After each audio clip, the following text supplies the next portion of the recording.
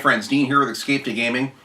Today is a simple video response to Solidrev, who did a very interesting, I just saw it early this morning, I don't know if you put it up last night or this morning, but he did a video about the PlayStation 4 Pro. There's too many questions and there are answers.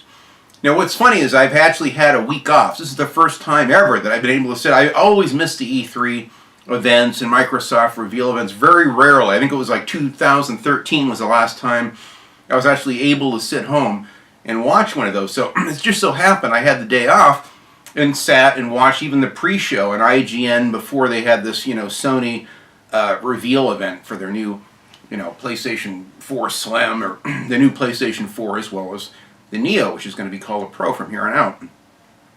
So as a PS4 owner and someone who's very interested in the tech and someone who just recently bought a nice 2015 8500 series 55-inch 4K television with HDR support, and it's got 3D and the whole deal. I mean, I'm someone that was very interested. My TV already upscales beautifully.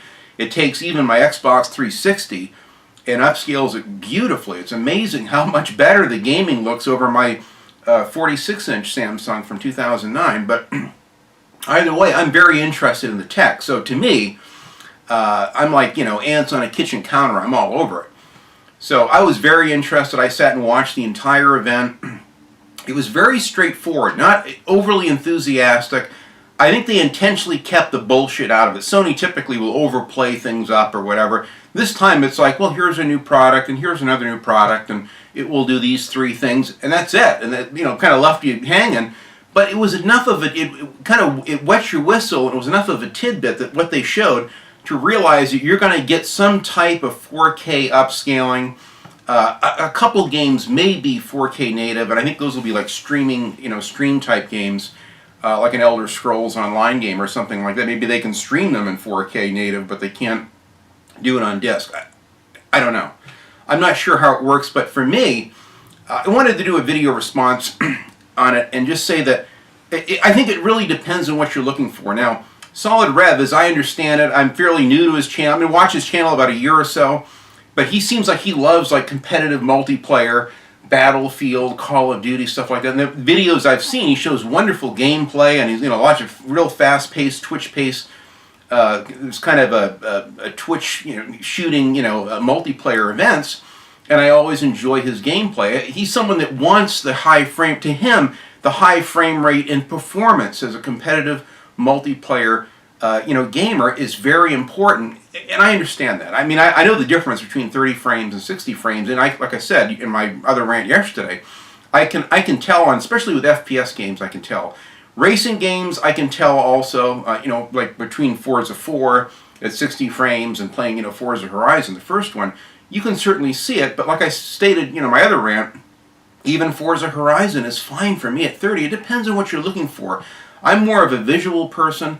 I made a decision, a long time ago not to do PC gaming. So to me, I don't worry about, the 90 frames a second that I'll never see.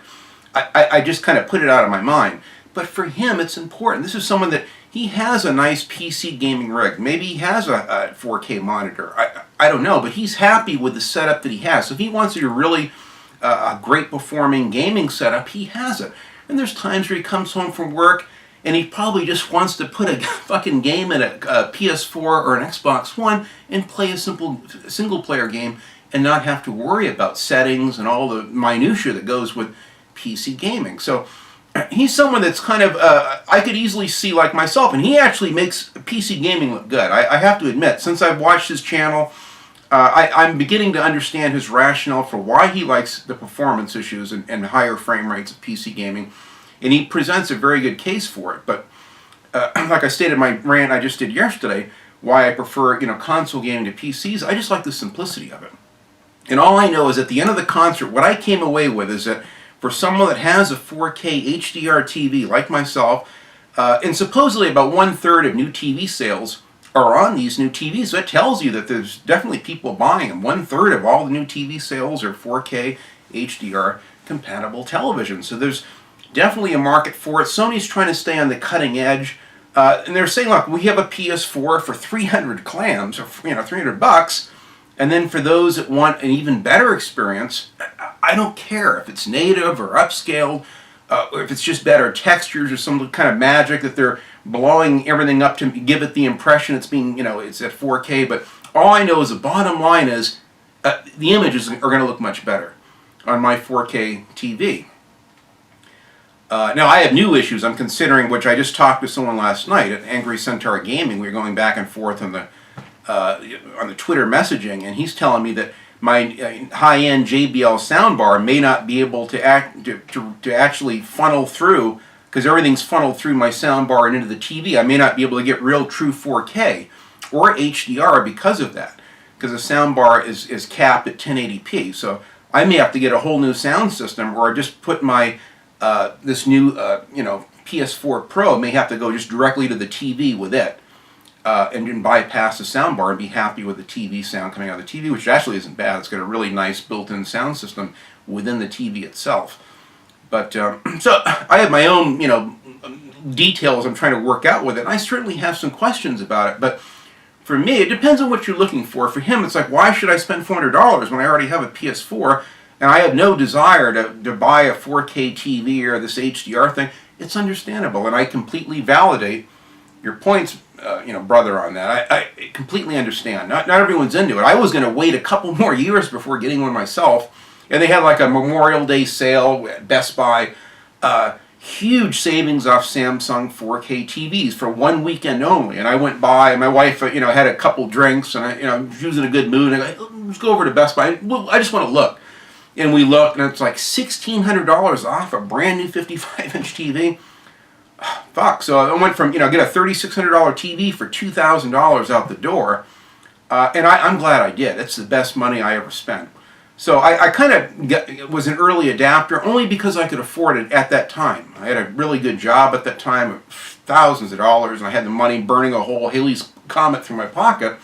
And so let's just get the TV. And then we mounted a really reliable, excellent picture 46-inch high-end Samsung in our master bedroom here in a wall mount. So I can game in there, and I do a lot of Netflix streaming in there too, which is awesome. So it depends what you're looking for. So for him, it may not be that great of a value, because his concern is the frame rates. Now, to me, this new Xbox One S, I've been the most tempted to get a new Xbox One because of some of the improvements. Yes, it has a built-in 4K Blu-ray player. You have to wonder how good it is when real, true Blu-ray players, even the cheap Samsung one, they're like $600-700 and up. So it makes you wonder how good of a Blu-ray player. I never used my PlayStation 2 for as a DVD player. Never, not even once. I've never used my Xbox 360 for that, although I have used my Xbox 360 to rip music CDs in and use it as a music player. That I like. But for me, it's no big deal. And that's all I've seen is just, which I want to address as well, is a barrage of hate. Oh, it has no Blu-ray player. Who gives a shit? I don't care. I don't use it as a designated... the people that can afford an expensive 4K TV or HDR TV probably have a designated high-end Blu-ray player. Now, I'm not personally interested in 4K Blu-rays. I've got over 5,000 movies in my DVD and Blu-ray and VHS library. I'm not about to go rebuy all of these Blu-rays again in 4K. I'm just not interested. And I've seen them. I have a couple upscale 4K Blu-rays from Criterion. They look incredible. So to me, I already see what this upscaling 4K looks like versus true native. And all I know is that even the 4K upscaling looks amazing. It's incredible. So I'm excited just that I'm going to get better visuals, whether they're 20% better or 35% better or 100% better. I don't know. I have some questions with Sony, and I'm sure like with any tech, as we get closer to the launch date, and especially after launch, when people can really deconstruct the thing and dissect it, we're all going to know. There'll be Digital Foundry videos. We'll see performance comparisons. I mean, look at the Xbox One S. Even with a slight improvement, there's noticeable frame rate differences with some of the games. There's definite performance advantages already, and that's with a very minor improvements. So now you've got twice the power with this new PS4 Pro. That tells me at the very least you're probably going to get a more stable frame rate. God knows I could use it in Fallout 4. There's times where the frame rate got down to a crawl with the action in this game. This game is a buggy mess, but it's one of the most fun games. It's got 142 hours in this SOB and 40% of the main missions left. So to me, I love this game. But there are times where it's like, God, I almost wish I had a PC so I wouldn't have to deal with this chugging frame rate.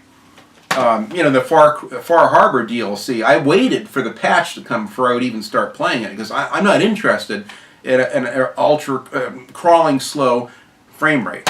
Mad Max, after patch 4, works much better. I'm sure it's perfect on, my friends say, oh, Dean, you should play it in 4K on a PC. It's a dream. Well, I'm sure it is. I don't want to spend $2,000 or more for a gaming PC to get a better frame rate on Mad Max. So I'm happy with it on a PlayStation 4. There are times where I wish the frame rate didn't drop as far down as it does. Who knows? Now, they say that on the new Tomb Raider, I think they're going to be on Mankind Divided, there'll be instantly a patch where you'll get HDR and much better 4K textures and things. So from here forward, we're going to be getting games. This, and I think the new Rise of the Tomb Raider on the PlayStation 4 Pro, we'll be getting those HDR color palettes and 4K type textures, whether they're true native. I don't know. I don't care. All I know is it's going to be much better quality visually. And that's what I'm into. Whether an old developer like Machine Games has any incentive to go back on a classic like this and improve the quality and textures or frame rate or performance is going to be up to them. I would welcome it. And frankly, if they said, okay, if they had a thing where I have to go in and pay an extra $15 or even $20 to replay this again with a much better frame rate and enhancements, I personally would pay it. I would pay it through like a PlayStation Store. So on some games, not all of them, I'm not interested in paying it for every game that I have, but for a handful, 3 or 4 games, I would pay it. If I valued replaying the game and saw it as a must-play at the optimal settings, I could see it to be worth it. So I think at the very least, you're going to get some performance enhancements. But like Solidrev says, I mean, he wants to know how much of an enhancement. He said they're very vague about it. And I validate his point. I agree with him. They were fairly vague, but they did get into a lot of minutia about textures and how things are going to look better and HDR. Now we got next week a patch coming for even existing PlayStation PS4 owners like Solidrev and myself, where we'll have HDR available. Now, the developers still need to go back through, if they're motivated, and patch every one of these games so that we'll unlock those HDR color palettes. So whether they will or not is whether Avalanche Studios will go back and patch these. Who knows? I can only hope that they will, but maybe Warner Brothers will have some pull. And I heard even Shadows of Mordor and some of those Warner Brothers games, they're going to go back and they're going to dial them in. They'll be even better performance. So to me, I'm excited. As someone who has a 4K TV, and I'm dying to see more of that HDR color palette, the high dynamic range. So to me, it's a win. It's the best $400, and I've been telling people, I think it's the greatest value in video game consoles ever. I think for what you get, it's probably like a mid-level PC with moderate settings, but for me that's fine. It says I'm a designated console gamer. I don't care that it doesn't have a Blu-ray player. I'm sure there's other things that it doesn't do. If you want to sit and pick every product apart, you can. And if it wasn't the Blu-ray player, people would be whining on Twitter about something else. Oh, it doesn't have this, or Sony didn't say this, or I was expecting this with it, or that. There'll always be something. And no matter what you look for in life, you'll find it. If you look for the good in things, you'll find them. If you look for what you don't like in things, you'll find those too. You have the choice. You can decide whether you're going to rip apart every meal, every movie, every video game experience, or whether you're going to appreciate it and take it for what it is. Doesn't mean we have to have a Pollyanna attitude and like every new thing that comes down the pike. But for the things that are valuable to you as a visual person, as an artist, high fidelity graphics and textures and that gorgeous, HDR lighting and all that stuff. To me, it's like a dream come true. I'm very interested. So to me, it's the best $400. I would spend $600 for the PS4 Pro. I was already prepared for a $500 or $599 price point. So my jaw hit the floor. What, $400? Really?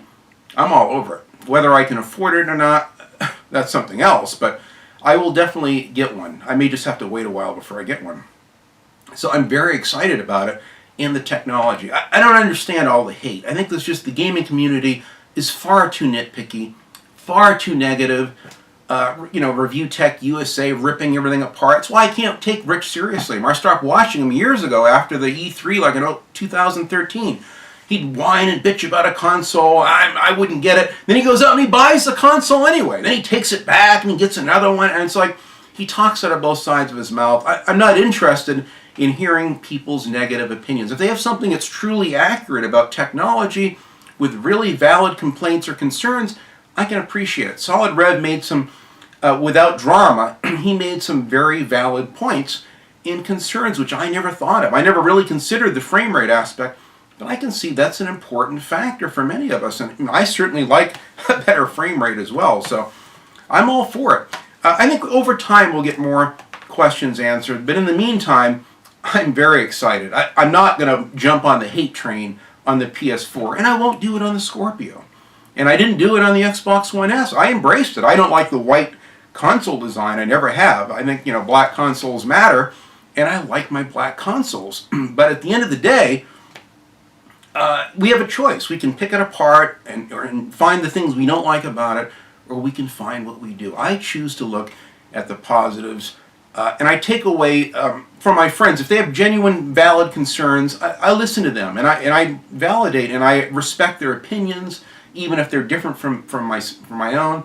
Some of them like PC gaming more, some of them are diehard Xbox fans. It doesn't matter. I like all gaming, and I can relate to all of it. I think we should focus on the commonalities of the things that we like in gaming and not the differences, and look for division and drama in gaming, because it's just not, I'm not interested in watching the channels that focus on heavy drama and deconstructing everything to such a negative degree and getting everyone all whipped up into a frenzy over drama and negative news and nitpicking on games. I just don't think it's worth it. So anyway, that's my 2 cents on it. Thanks, guys, for watching. I'll have a link for Solidrev's cool video down below. He's got some excellent GTA 4 gameplay where it shows Michael going through a meatpacking plant and going nuts. It's great, and he jumps in the Corvette, peels out at the end of it. It's pretty cool. So I should have more gameplay over my videos instead of seeing my aging unshaven mug on the camera here. But I'll get to that. I have to sit at my desk and do more editing for that, which is kind of painful at the moment. So these quick vlogs are an easy way to get a video up. So anyway, thanks for watching, guys. And no matter what they are, whatever the frame rates are, resolutions, enjoy your games, past and present. Thanks.